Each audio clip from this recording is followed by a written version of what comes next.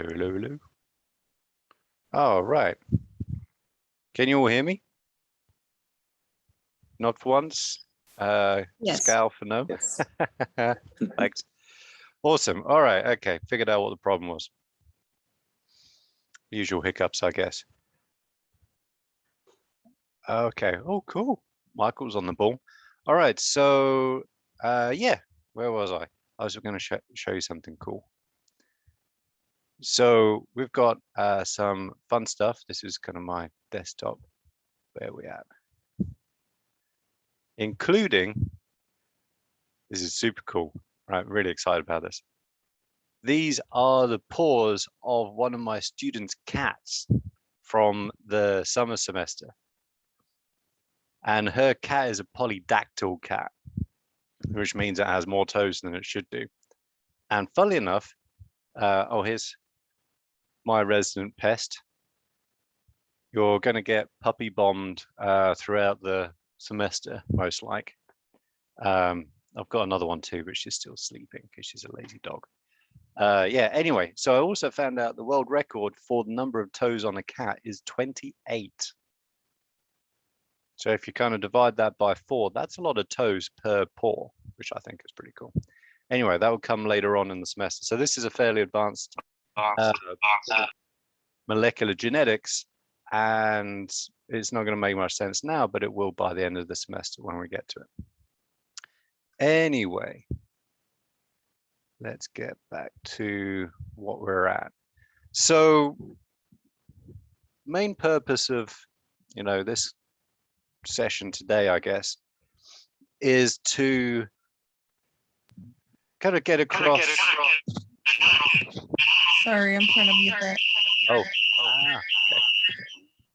okay. That would be a really interesting way of teaching. Let me get the chat up as well in case. Oh, that's cool, Angelica. That is really neat. It's fun to talk about. It's one of my favorite examples of how control of gene expression can have really big changes, which are really neat. Anyway, yeah, so partly is to kind of give you a very brief overview of the course, right, which you're going to find out anyway, right, eventually. Second is to kind of give you an idea about the expectations of the course, right? This is generally a very difficult course, right, which I hope you'll find really fulfilling, but is also difficult. It's going to be a challenge to most of you. And then spend a bit of time going through the different aspects of the course, right? Kind of getting you familiar with what it is you'll be doing, where to find stuff, different aspects of your grade, and really as well, how you can boost your grade, right? I'm not talking about extra credit stuff, of which there is very little, because I'm not a big fan of it in general, and also, there's plenty of opportunities to boost your grade throughout the course anyway. And then we've got a little bit of time for kind of intro stuff, but also any questions from you lot as well in terms of how stuff gets run. Anything that you want to ask, because now's as good a time as any to do so. So obviously this is genetics, right? And we're going to be focusing on kind of everything up to the individual level, I guess, would probably be the best way of talking about it. And you're thinking, like, what's in the individual level? Right, so what I'm saying is we're not going to be talking about population level genetics, so gene flow and, and further on from that, evolution, right? That's going to be in your evolution class, presumably after you take genetics. So we're really going to be interested in kind of inheritance genetics, the probability of getting a particular combination of alleles and phenotypes in your offspring. So essentially talking about individuals and generations of those individuals, right? How does that work? You don't want to see that. Get rid of that. And then we're going to move from that through kind of, sorry, getting distracted by what my wife is doing with the furniture. And then we're going to go from that into, you know, the structure of a gene, DNA replication, cell division, and gene expression, right? And control of, which is a really huge part of genetics, right? Really, in many ways, it's what makes you who you are, right? You know, how tall you are depends on how much of certain genes you express at different points in your development, which control the growth of your bones, the patterning of your body, and so on and so forth, right? Most of those kind of varies, obviously. Traits are encoded genetically to some degree or other, right? And so really that's kind of what I'm trying to give you is like the whole package of what makes you you. Now that's really kind of what this particular course is about. And then obviously you're going to use those concepts and that knowledge to understand kind of bigger picture stuff further, you know, for whatever courses you take after this course. So as you probably guessed, that's going to be a heavy lift, right? So there's an awful lot of stuff going on. And the aim of this course is to really build on what you've done in GenBio 1 in terms of the kind of the genetics and molecular biology part of that course, but then really kind of like dive off the cliff, swan dive, and plummet underwater and really explore some of those topics. Right. Sorry, the first time I used that analogy. Very proud of myself. I have all kinds of weird ass analogies that you'll come across, and tangents as well. So you have to be a little patient. Sometimes we go a little off the rails. Okay, so yeah, obviously, as you can see, that's going to be a lot of work to kind of get to that point at the end of the course. So the thing about kind of always I think about what order I talk about stuff in.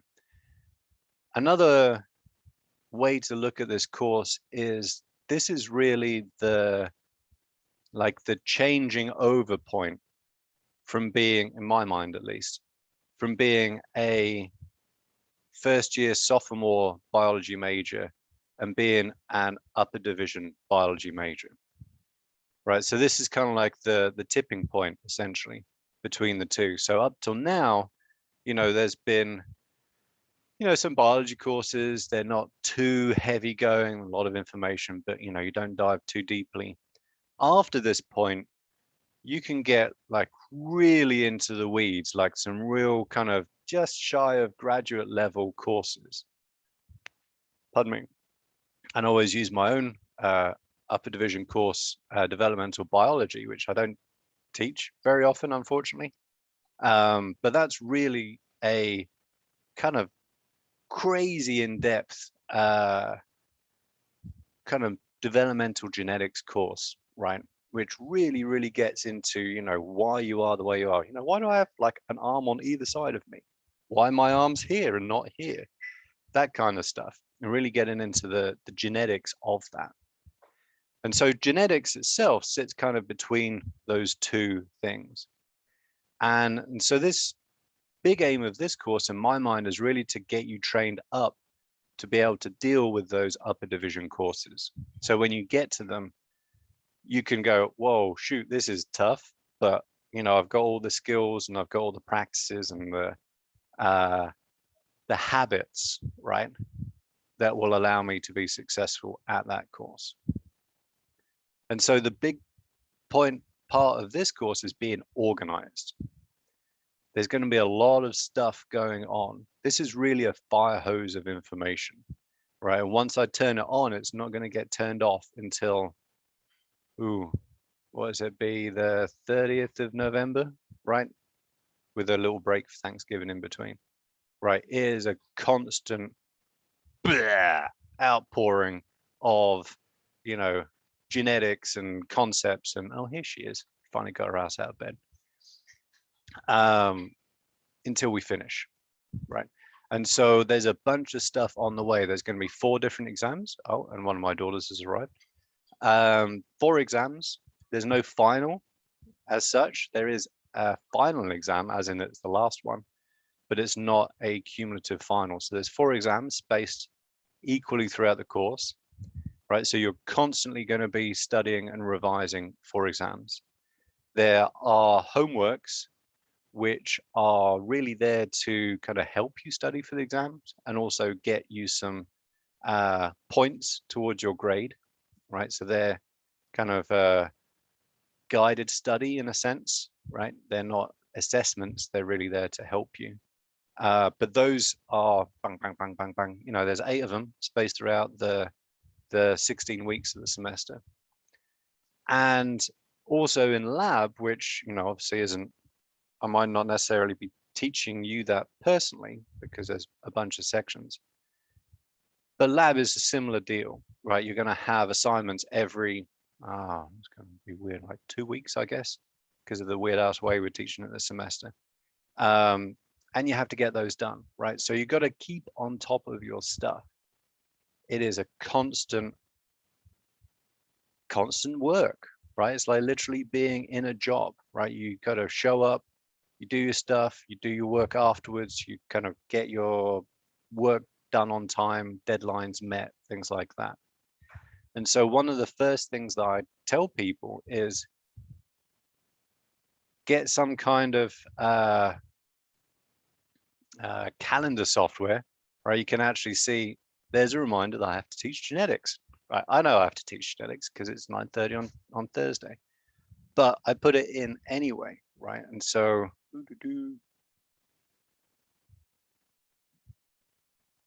this isn't an especially interesting looking calendar, right? But oh crap, have I got another meeting popped up? I have. Oh well. This is how I remember what I'm doing every day, right? I put this stuff in. I have reminders for the really big things like a dentist appointment. You know, the right reminder will be like 2 or 3 weeks out. But I do this for everything, right? So I've got, you know, various meetings, lectures, labs, et cetera, things that I need to remember because I'm useless at remembering stuff like appointments and things, right? I really can't remember. I take my laptop to my dentist and I go, when am I going to be getting my teeth cleaned again? And I'll put the appointment in there and then on that like little thing in front of the receptionist because I just can't remember stuff. So you need to do this. You need to be organized. What am I doing when? Oh, I've got an exam like 2 weeks time. I need to start studying for that now.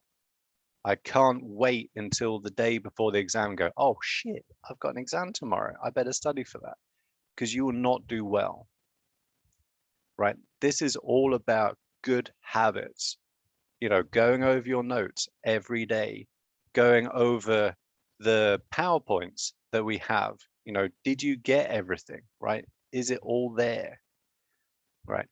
Going through questions that you have in the end of the chapters on the textbook, actually one of the big reasons for getting the textbook, you know, testing yourself, testing each other, right? So forming study groups where you quiz each other. Okay, so what are the key properties of DNA, right? What's its charge? You know, how many hydrogen bonds form between adenines and thymines versus guanines and cytosines, right? So that you can't kind of rest on your laurels, right? And think, okay, I know this shit. It's easy, right? And then you get into the exams like, I don't know this shit. This is not easy, right? You've got to be really on top of that. And this is how students are successful.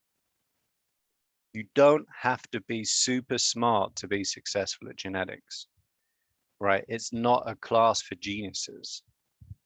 It really is not. It doesn't hurt, but it's really a class where you have to be organized and work hard. If you're organized, work hard, attend class, ask questions, you'll get a good grade, right? And oh, here's doggo number 2. There you go. Say hello, Luna. Just looking at me. That's where she spends most of her day when she's not being pestered by her other dog. Okay. We also have cats as well, but you won't see those because they're dogs down here and they kind of stay away from them.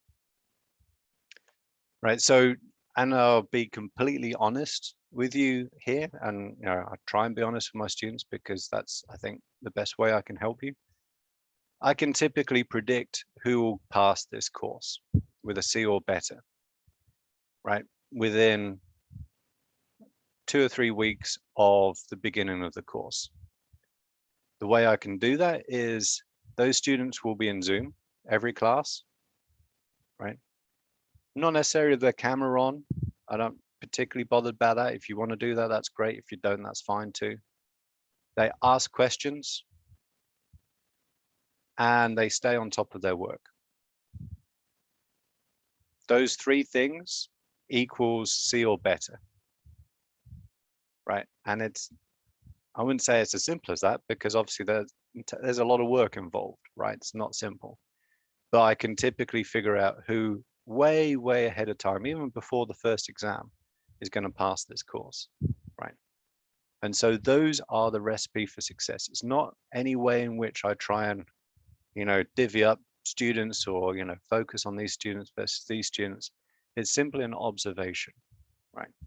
And so if that holds true, and it has so far in the 2 years or so I've been teaching this course here, then that tells you what you need to do to get that C, right? There won't be any kind of last minute Hail Marys, extra credits. What can I do to boost my grade? To boost your grade, what you need to do is start today, right? Obviously, there's not going to be much by way of information today because, it's just a kind of intro type deal, but get into those habits, all right? Pencil into your schedule. And I know this is difficult, particularly for those of you who are working or have family responsibilities, stuff like that, kids, but try and pencil into your schedule like an hour a day or a couple of hours every other day where you do nothing but study genetics. I'm not talking about the homeworks. I'm not talking about attending class. I'm talking about the stuff outside of class, right? If you do that regularly and you stick to it and kind of not get distracted like reading the news or whatever, you'll do really well, right? It isn't a class where even if you do attend Zoom, if that's all you do, you're still not all of the way there to being confident of getting the C or better that you need. Right, and the C is what you need essentially in genetics. Because if you're taking genetics, it's because you're a biology major, I'm guessing. Can't imagine why else you'd take it. And you need a C to be able to get into subsequent courses like evolution and to get your major, right? So even though you can pass with a D, it doesn't actually mean that you don't have to take it again, right? If you get a D, you still have to take genetics again if you want to be a biology major, right? So I don't want to scare you all with all of this because that's not the purpose. I want to be completely frank and open with you that this is a course that students struggle with, but there are ways of dealing with that difficulty, with that struggle. And the main way is being organized and engaged. I love questions, partly because it gives me time to have a drink, right? I often have a coffee, when I'm teaching, but also because I can help you better, right? I know this stuff because I teach it every semester, and I've been doing this kind of work since a long time ago, like 20 years or so, right? So I'm not teaching it for my benefit, I'm teaching it for your benefit. And if I'm not doing a good job at that, because I'm teaching in a way that I understand, but you don't, I need to know that, right? So that I can explain it in a better way, right? Because that's the point. I want to get all of you through with a C or better. I want you to all be successful and get into the next class and continue your trajectory to wherever you're heading, graduate school, professional, whatever, right? That's kind of my aim. I take no joy in seeing people fail this course or have to take it again, right? Obviously, I'm here to help those people, but I'd rather they were able to kind of get what they needed and get on in the first place.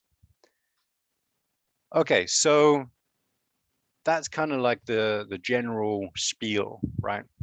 And let's start looking at where things are at. If I can, I've got gazonga's amount of Blackboard tabs open at the moment because I've got 4 sections of lab, which is absolutely bonkers as far as I'm concerned.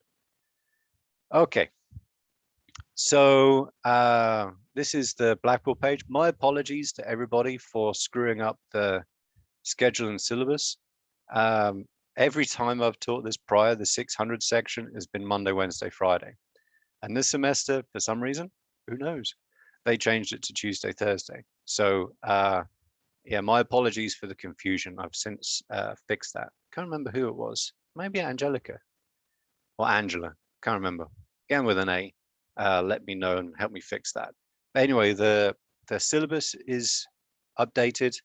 The schedule is correct. All of everything else is good, right? So most of you have probably been here already. If you haven't, I'd suggest you do. This is where you find the most important document of the course, which is the schedule. I have it open all the time. See, here it is. Because I use this, like, okay, what am I teaching today? Oh, right, yeah, that's what I'm teaching. Or I use it to remind myself that I've got an exam on the 14th of September, for example. You know, stuff like that.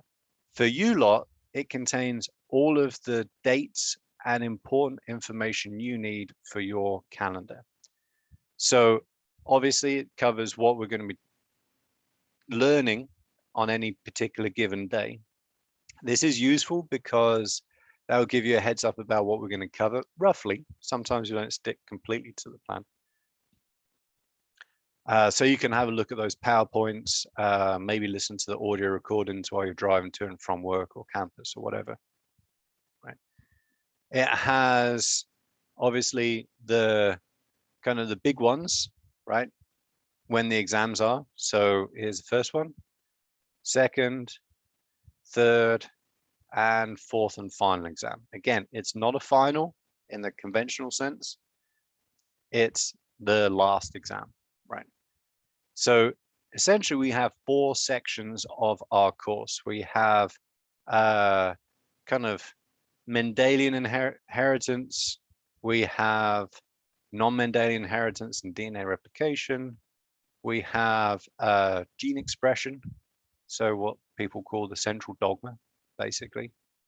And we have, yeah, super weird that we have Thanksgiving break just for an exam. Anyway, and then we have control of gene expression, right, or gene regulation.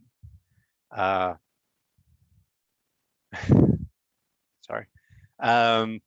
It's so funny teaching at home. It's like how to learn to focus on teaching and not be distracted. Actually had my dog bite my toe while I was teaching over the summer. That was when she was a lot smaller and more annoying. Anyway, so exams here. Also, you'll see in red, we've got the homeworks, right? I'll get to those in a little bit. They're not spaced evenly throughout the course, and that's because I need to make sure we've covered that material in class before the homework is due, right? Because otherwise it's kind of tough to do the homework if you haven't covered the material yet, right? So they're a little bit kind of uneven, right? But they're there really to help you study for the exams, to study the course. They contain a bunch of language, you know, kind of concepts, things like that. And we'll get to those in a second. Syllabus, obvious, just tells you what you get for each different thing. Whole bunch of boilerplate that no one reads. We've got readings for the textbook. So there's 2 different editions here. They're by and large the same, at least in terms of what we're using them for. So if you can find a copy of the 6th edition for cheap, you know, used, go for that. You're not going to lose out by getting an older version. If you want to get the new one, that's great too. If you don't want to get it at all, that's also great, right? the textbook is there as an additional resource, right? So you don't have to get it, but it's a useful resource, particularly in terms of preparing for exams. Some of the questions in the exam, I think it's been a long time now, originally came from those end of chapter question banks.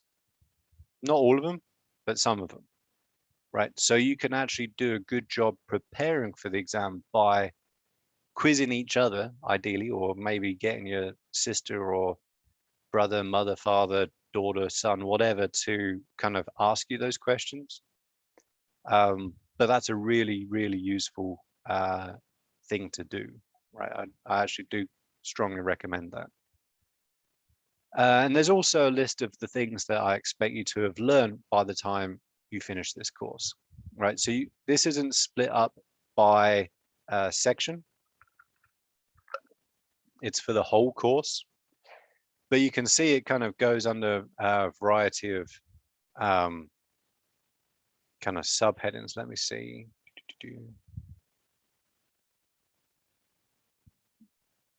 Here we go.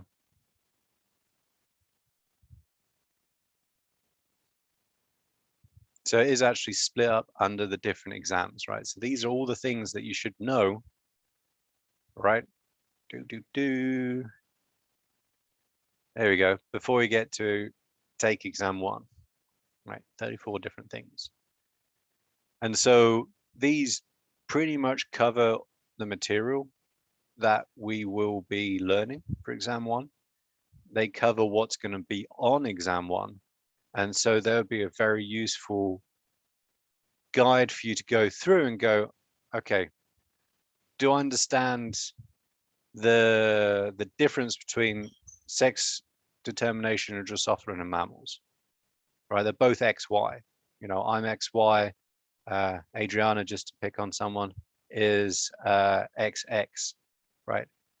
Why are we male female versus Drosophila females, which are also XX, right? It's a very different mechanism. Odalis, good question. By and large, not 100%. So the readings, it does bounce around a little bit because everybody has a different way of kind of going through genetics in terms of progression. But that's what the readings list are for, right? So they'll basically take you through. I wonder if I can actually find one.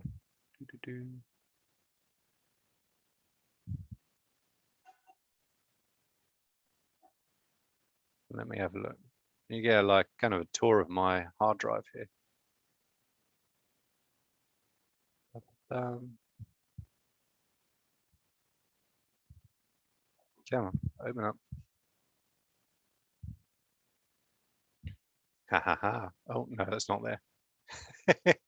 So that's where I keep my exams. Where is it at? Here we go. I haven't looked at these for a while. I only ever update them whenever there's a new edition comes out. So yeah, you can see it's not totally linear, right? So chapter 1 is just a basic introduction. It's pretty easy. They look at mitosis, meiosis earlier than I do. So it's not kind of super linear. We'll be going through chapter 3 of the textbook before we hit chapter 2, for example. So the textbook isn't the source of the information that we're going to be using. It's an additional resource, right? That's the best way of thinking about it. The gospel, I guess, in a sense, is the PowerPoints that we'll be using for the lectures. But there's a lot of cool information. Oh God, dogs are playing now. A lot of additional information in the textbook which can help. And also sometimes it helps having material presented in a different way. Sorry, puppy break. Let's see. Oh, I'm sorry. Oh, I got it right. Cool. Thank you. Hey, you two, will you just go and do that somewhere else? All right. Where was I? Yeah, so you're not going to get quizzed on stuff that is only in the textbook. You know, yeah, I mean, essentially gospel and the kind of old school meaning of the word of the course are the PowerPoints, right? Which we'll get to in a second. So that's that. Oh, good question, Angelica. What breed? They're, I think what they call San Antonio specials. So they're both Fosters. One was found, the big one was found under a bush, and the little one was found in a bucket. And so, yeah, don't know, is the quick answer to that. Blackmouth cur, I think, is a large part of the big one. Annoying pest is a large part of the small one. Okay, where was I at? Here we go. So,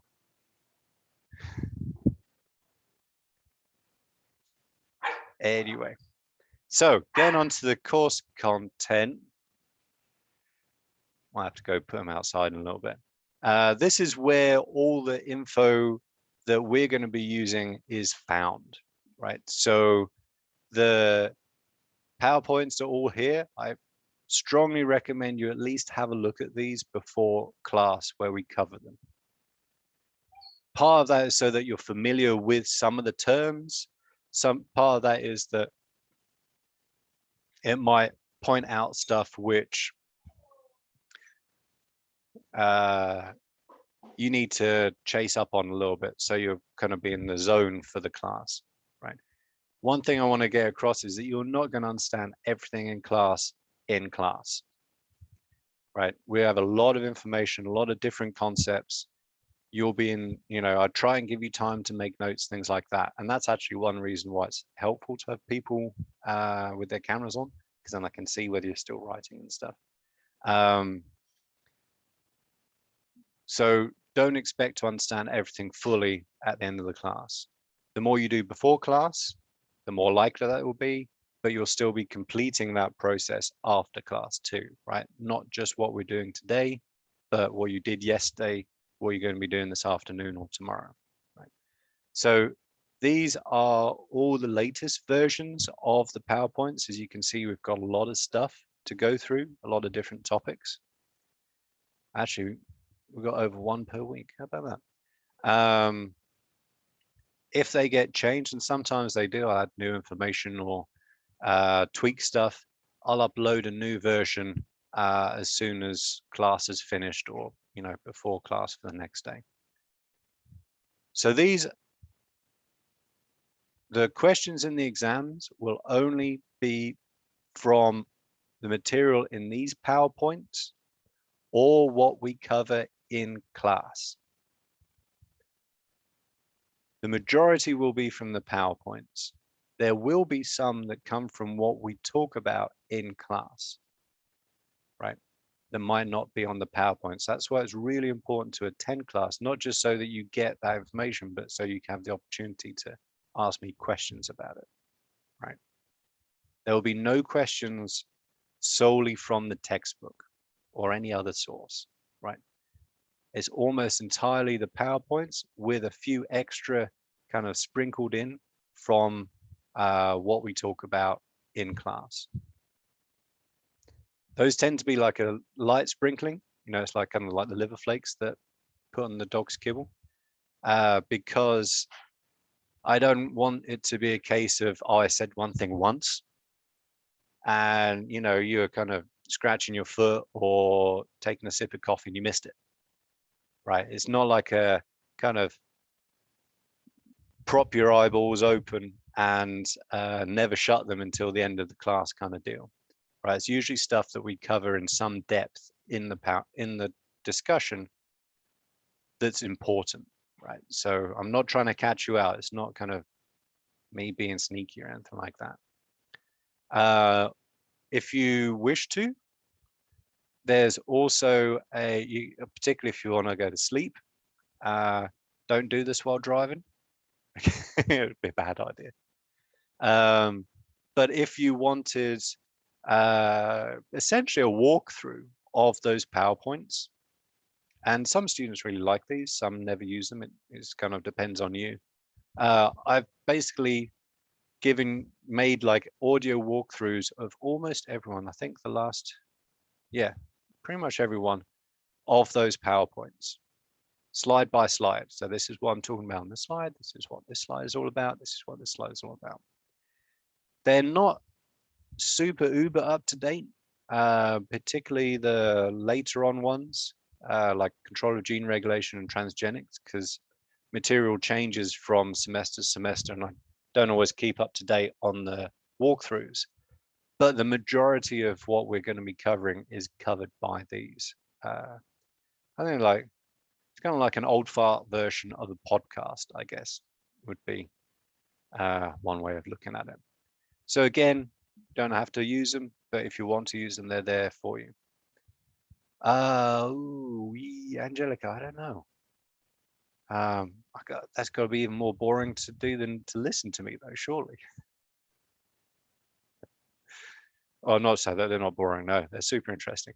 I don't know. I'm somewhat computer illiterate, to be honest, so I'm not 100% sure, but I can look into it. Let me make myself a note, because that would be pretty useful, particularly for I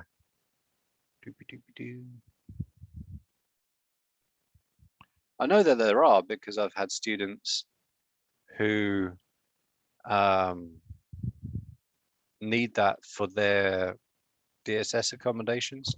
So I'm sure they're around. I just haven't used them personally, so I'll have a look into that. There will also be, let me go back.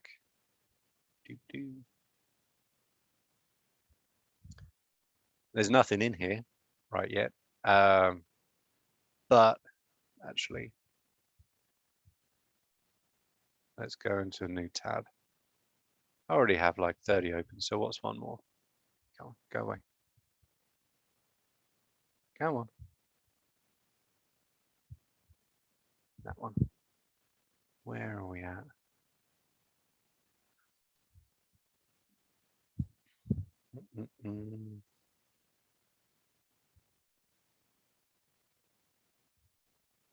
Ah, shitballs, I've deleted that. Anyway, sorry, can't see that. I forgot I'd delete that before I kind of turn the course over. Let's see.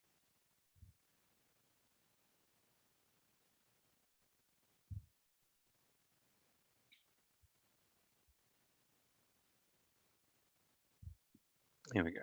So this is from this summer.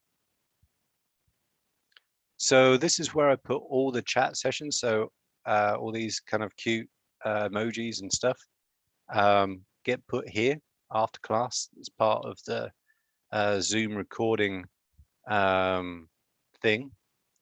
And also I've got, oh nuts, my wife has tied it away somewhere. Well, it's down there somewhere. I've got my little mini whiteboard, which I use to go through stuff. This is, you know, basic Punnett square, things like that. But we get on to kind of more complicated stuff. Those all get posted to this folder after class. Usually depending on what's happening after class for me, you know, soon after, or usually by that afternoon or evening at the very latest, right? So all that stuff gets put up there. There's a you. Okay. So this was actually, it's a really cool tour. It's like an insight into what I do in my spare time of a rocket making factory, which is pretty damn cool. Where's my, this is me. Here we go. Oh look, I'm even wearing the same t-shirt. That's a little bit funny. I don't have an awful lot. I just wear the same thing pretty much every day. But anyway, playlists. So this is the, and actually Yeah, you can see the stuff behind me change over the time as well. So all of the recordings of this, which include, all of the screen sharing and stuff like that, those get uploaded into a YouTube channel, which I'll send around by an announcement when I create it this afternoon. And you can then use those to go through them again. It's like, what did he say about such and such? And you can kind of, rewind, like it's a VHS, and find that particular bit and you go, oh, right, now I understand what it's talking about. Or maybe I still don't understand, but now I know what to ask him next class. Right, so that's where those will all go. And as you can see, there's a whole bunch of them, including the lab one as well. Right, so that was because I was teaching lab online. We're going to be doing it in person. I think that's pretty much it, to be honest. There's not much else really to, oh yes, yeah, hang on. Where am I at? Forgot, how could I forget this? This is where you find the homeworks, right? So these homeworks, let's just kind of go into one. This is the first one. Got to keep moving you people around because I've got kind of a small laptop. Get over there. There you go. And so I don't have a lot of space on my screen. So for example, here's a basic kind of terminology type question, right? 10 points. I think they're, aren't they 25 points each? I'm trying to think. 8. Oh, I'd have to double check. I can't remember. Anyway, you just kind of match things. There's other questions on different aspects of what we're learning, right? So technically you could do all of these now if you wanted to. If you want to just like sit down and bash them out, or you could just wait until they actually cover that material in class. It's totally up to you.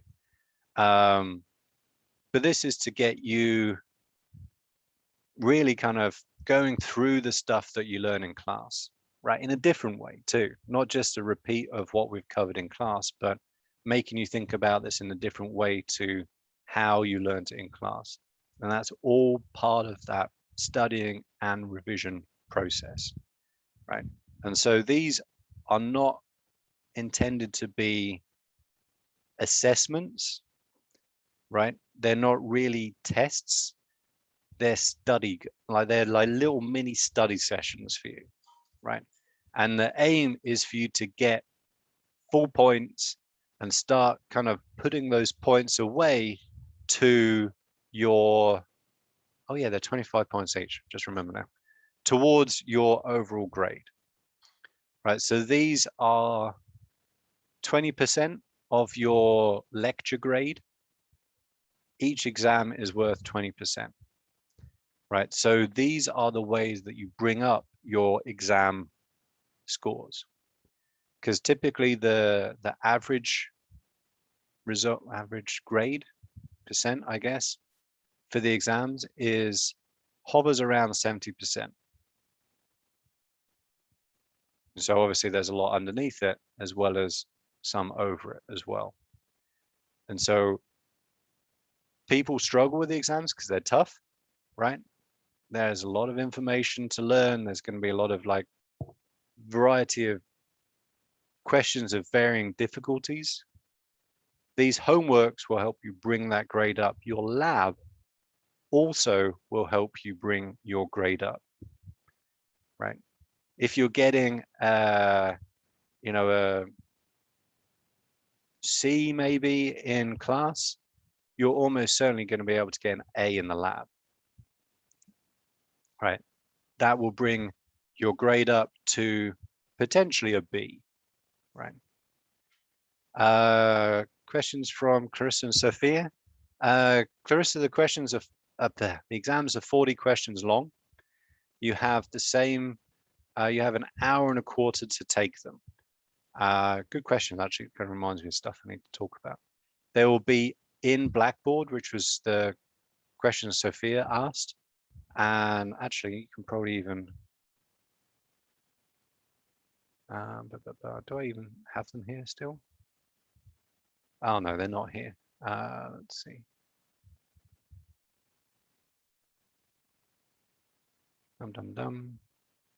Yeah, so you'll find them here. This is from the summer that I've just finished teaching. Right. You will have the whole day to take them. Right. So the exam will open at the beginning of when we'd normally have a class that day. So for example, exam 1 will be, when is that? Tuesday, 14th of September. So I will log into Zoom. You don't have to, but I'll log into Zoom at the beginning of that class period. The exam will open at the same time, and you can do it then if you want to. And if you do, I'll be around for like a half hour, 45 minutes, checking my email and stuff. If you have any questions, like kind of online support, I guess, for the exam. If not, that's totally fine. You can take it up to 11:59 at night that day. So it's going to be open from what would be 9:30 Tuesday 14th to midnight of that day. And you can take it any time within that time period. So that gives you some flexibility to you know, schedule it around whatever other stuff you might have going on, or maybe even just give you a little bit more time to study, right? That day, potentially. So yeah, the exams will all be on Blackboard. They are structured in a way that is sometimes makes life a little difficult, unfortunately. So you will only have one question appear at a time. Let's actually, let's see, what do we have?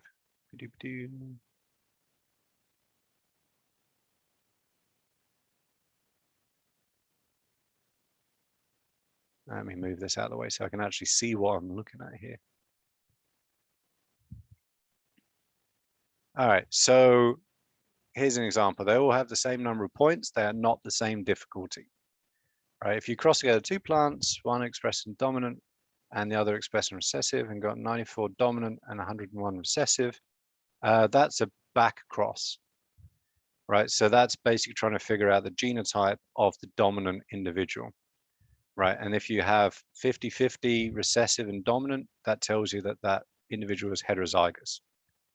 And the other one is obviously recessive, right? So one would be heterozygous, one would be recessive, and you're good, right? However, once you click next, you cannot go back. That is it, right? So you can't skip questions because it's not like when you do a paper exam and, you know, you can kind of go through and do all the questions which you know real quick and then go back and do the tough ones. You have to do each one in turn. If you do not get a grade for those questions that you skipped, right? The questions will also be randomized in terms of which ones you all get like in order. So question 2 for someone else will be a different one. And the answers are also randomized too. Not that the correct answer is randomized, but like the order in which they appear in is randomized as well, right? So this is what your exam will look like, right? And I'm just going to get, obviously I'm not going to show you all of it, because some questions get reused, some questions are new every semester. It kind of varies. What was I saying? Talking about the exam. Yeah, so you can't go back, right? So you have to kind of keep going through all of them. Generally speaking, the way I don't curve exams. See you later. I don't curve exams. What I do is I kind of try and curve them internally, right? So about half, 50, maybe 60% of the exam will be basic recall questions, right? Like the question that I just brought up question 2. When do chromosomes get replicated?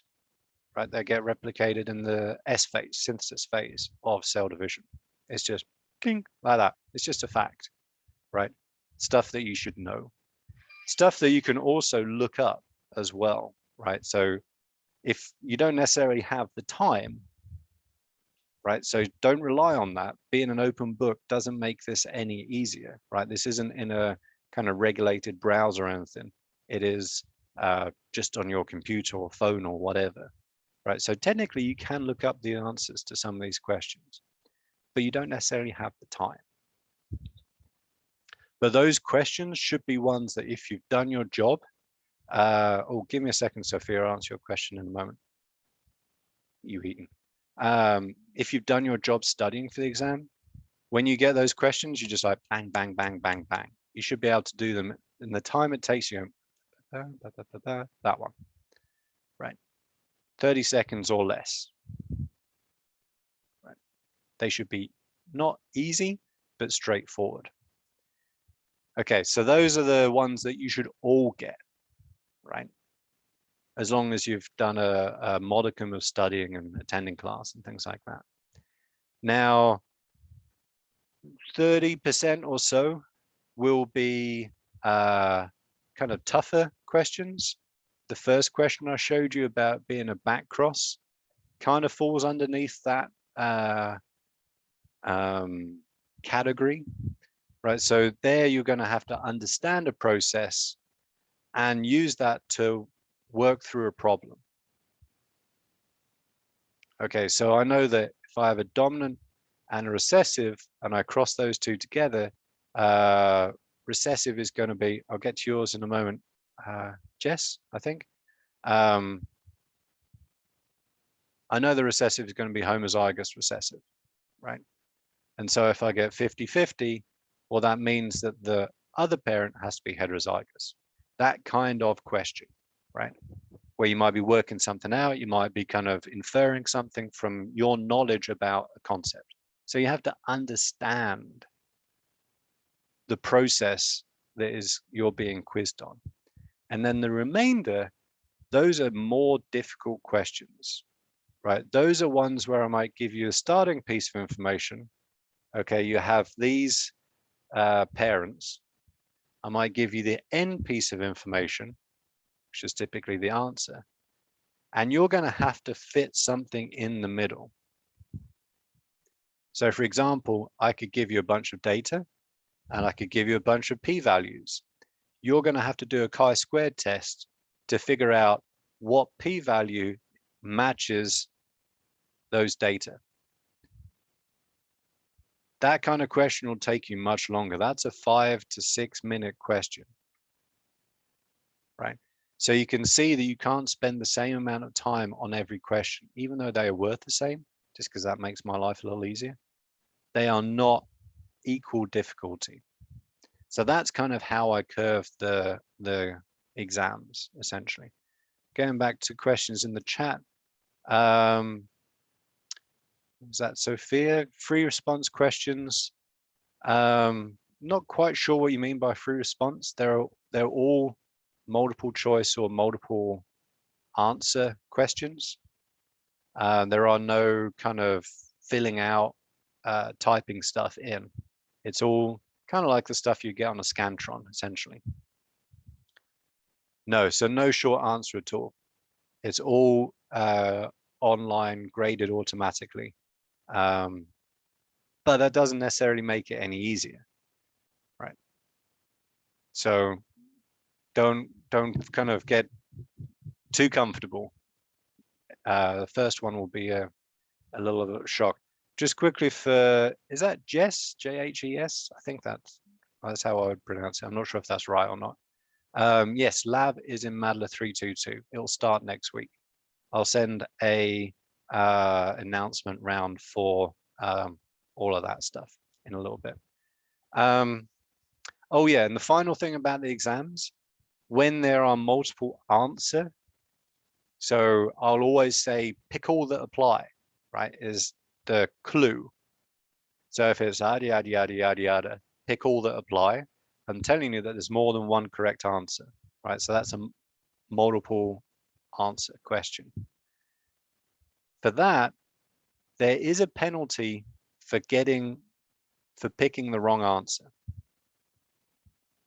So you can't just pick all the answers and go, yay, 4 points.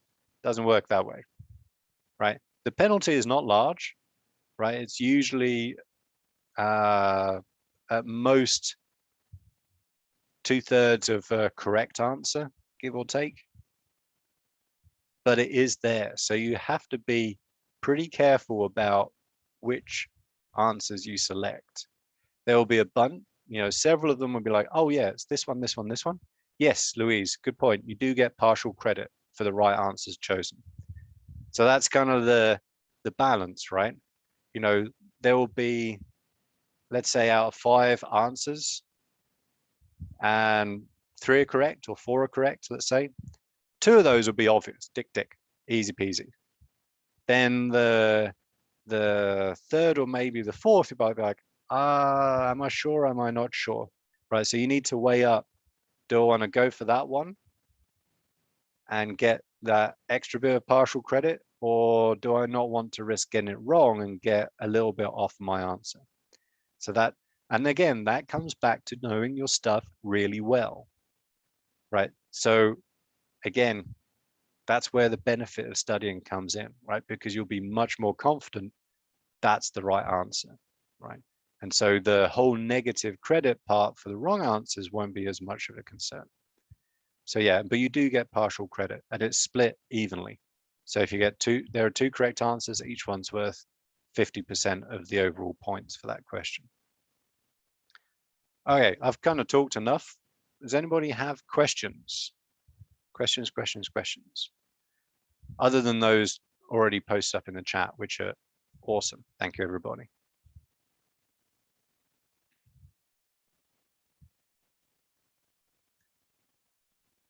One dog, 2 dogs. Fortunately, you get to see my feet. Can't do much about that. Guess I could wear socks. So no lab today, Adriana, and lab is 100% in person. There is no online aspect. Well, let me clarify that. You will have to attend in person to do the lab. The worksheets and stuff for lab are online. So you won't be handing any bits of paper to your instructor or back again. Actually, 40 questions in an exam. So take, what is it, 75 minutes divided by 40. You got a little bit less than 2 minutes per question on average. So now you can see that you don't have time to look stuff up, right? You don't have time to spend on simple questions. You have to be able to just do them like that. That will give you the time to do the bigger questions, right? The time limit is part of the exam, right? Because if I gave you 3 days to take it, everybody will get a really great grade because you can spend your time, thinking through stuff, coming back to things, stuff like that, right? So the time limit is part of the assessment.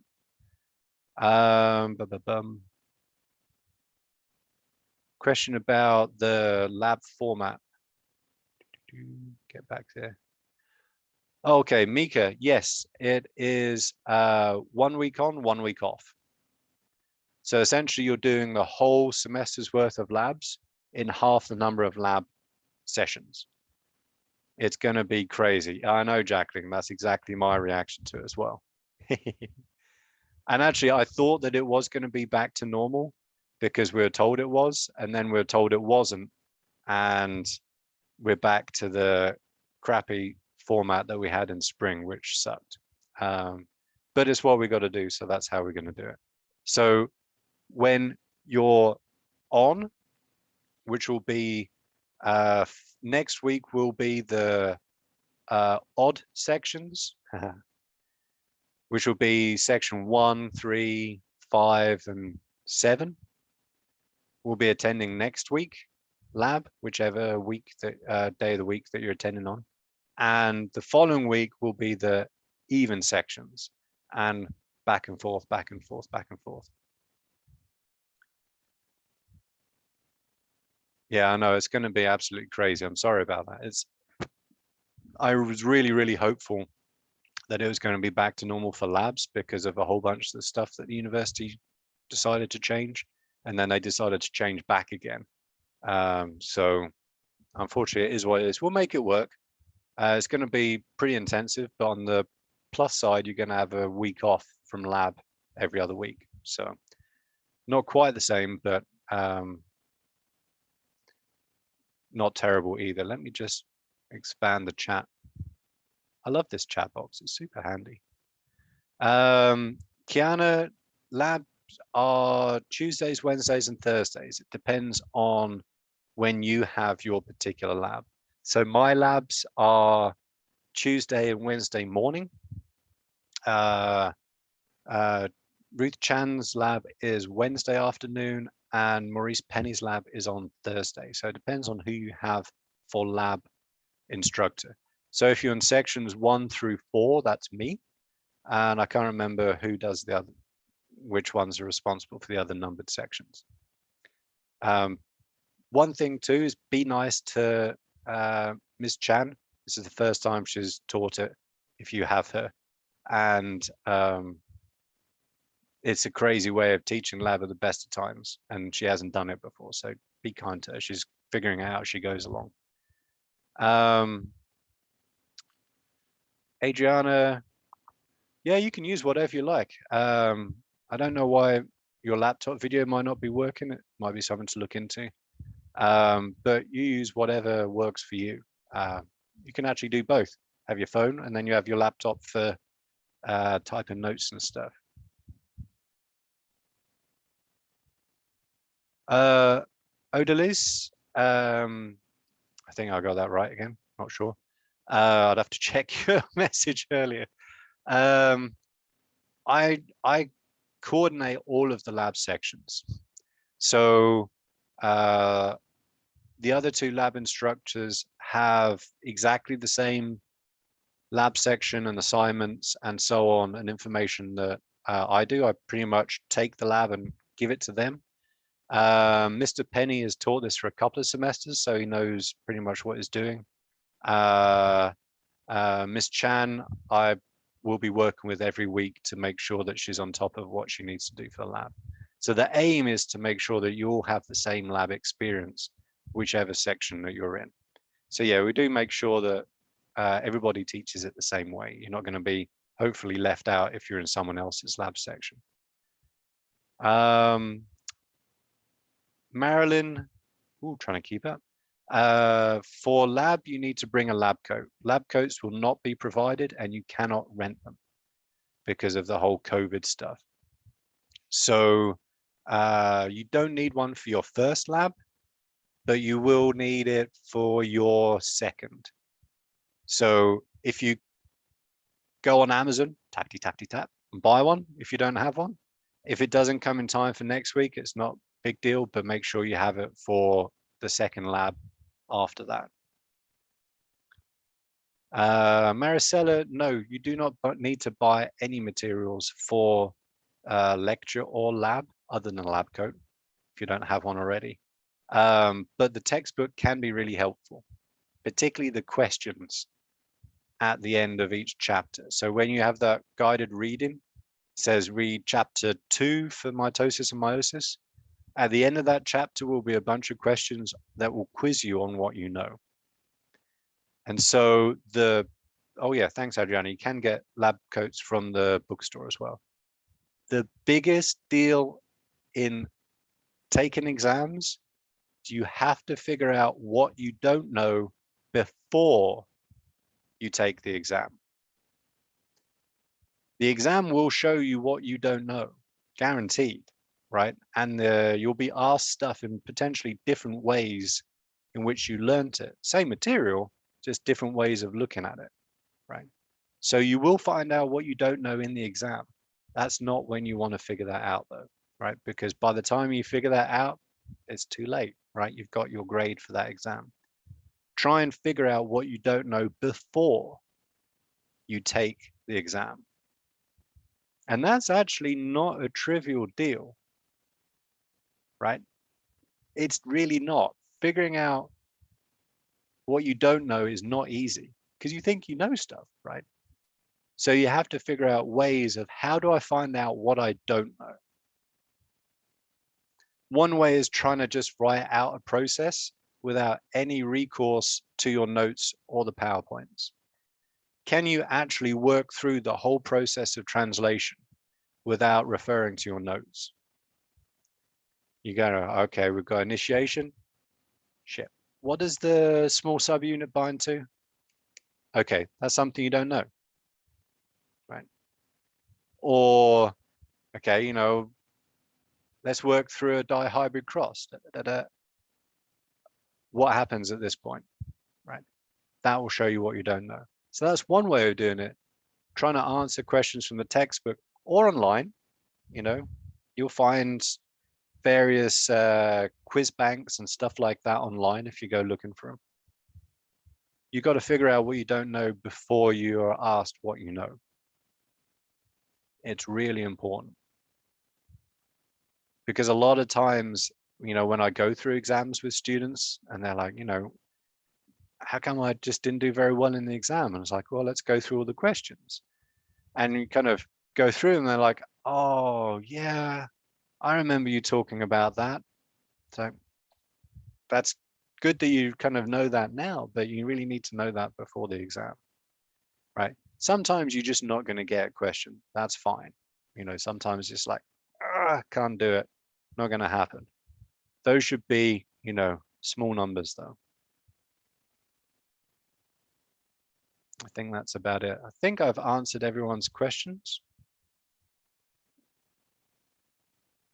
Oh yeah, and to reaffirm what Mika wrote about the textbook, doesn't have to be the latest edition, right? So they go for crazy money. I think it's, hey, shush. Sorry, not talking to you lot. We've got like this little mini guard dog sitting on my foot. So she's about to go off on one for some reason. Yeah, I'll show you. See? She's hearing one of my daughters upstairs finally getting out of bed, kind of chuffing away at her for some reason. Yeah, so textbooks are crazy money, and I don't want you to spend money that you can save and spend on something else. So used ones are great, dog-eared, doesn't matter. Ask around, see if anyone else has a copy you can borrow. You can probably rent them. I think Amazon, oh, love. Here she is, see?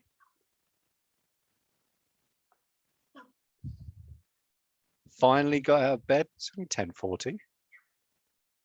I actually woke her up with the dog earlier, obviously didn't work. You can usually rent these textbooks for, you know, 20, 30, 40 bucks. And I think that's a pretty good investment. 200 bucks?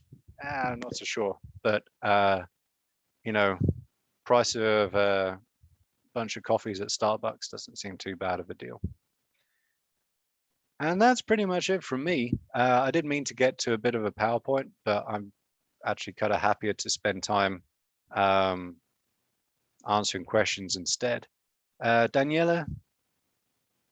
So best thing you can do, Daniela, and this, tell everybody to do this, have a look at the PowerPoint the day before, right? So just kind of work through, like for example, pardon me, this is a pretty basic PowerPoint because it covers some kind of fairly standard topics. All right, basic topics in genetics, couple of like scrawny looking white guys pointing at something, structure of DNA, genomics, and that's it, right? So that'll take you like 5 minutes. That one's a pretty easy one. Now, later on in the course,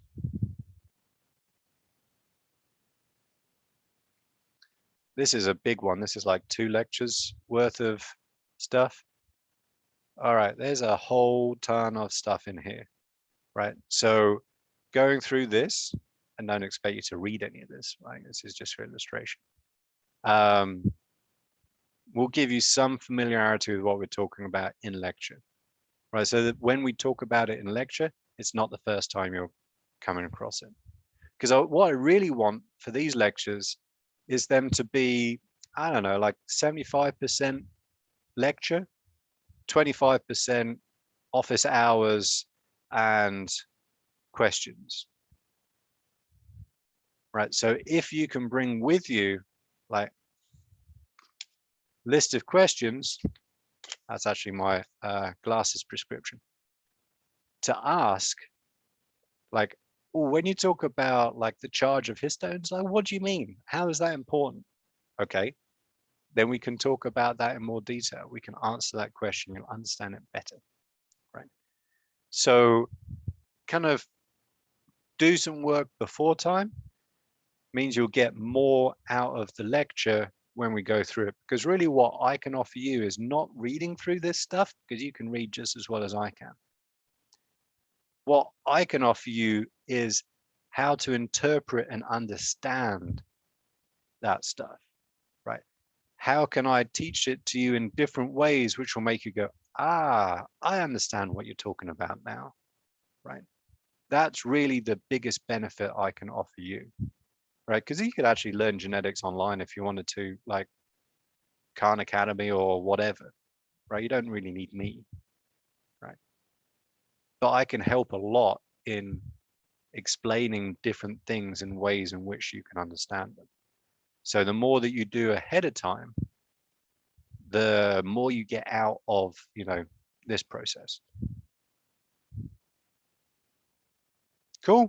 All right. There. Time for a coffee. I've talked enough. I am going to make myself coffee. Going to hug both of my dogs. Actually, one of them's lying on my foot. And I'll post all this stuff up probably this afternoon. I've got to go pick someone up from the airport in a few minutes. So I'll send an announcement out with the playlist. All the stuff will be going into Blackboard, and we'll see you again on Tuesday. Right. So have fun, everybody. Stay safe. Have a great weekend, and I'll see you in a few days. Take care. Have a good day. You too.